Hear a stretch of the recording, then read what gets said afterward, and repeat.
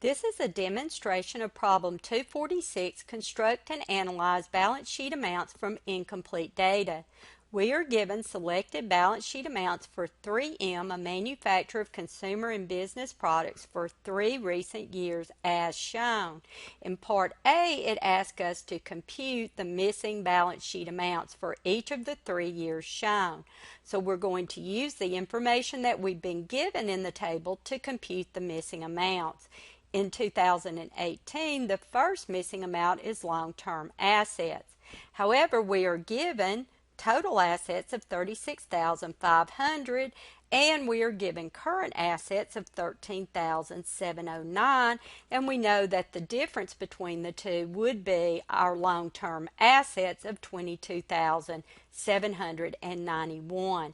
We're also missing our current liabilities, so we could take our total liabilities of $26,652 and subtract our long-term liabilities of $19,408, and the difference would give us current liabilities of $7,244.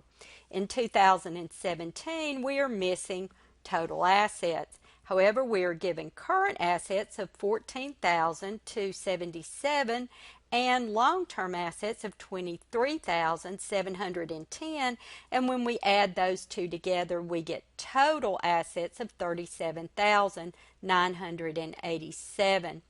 The next missing amount for 2017 is total liabilities.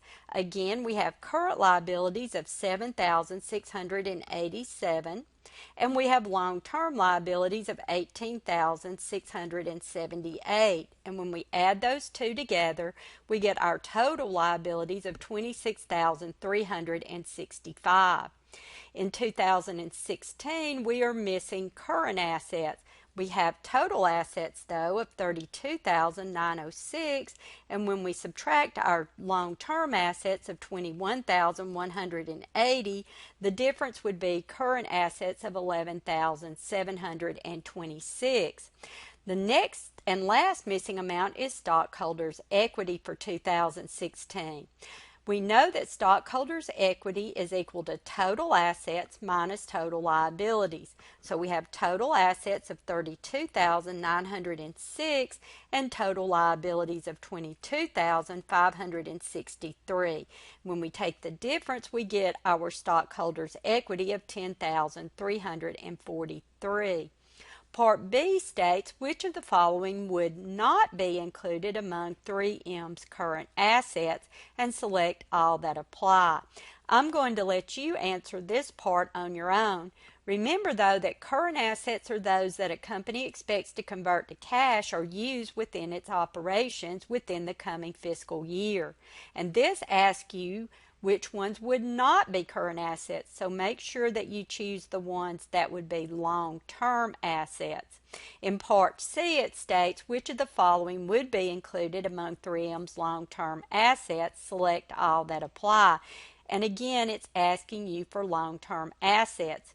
I'll let you answer this part, but remember again, long-term assets are going to be those that you expect to generate economic benefits over a longer period of time, not within the coming fiscal year. So again, for this part, choose long-term assets.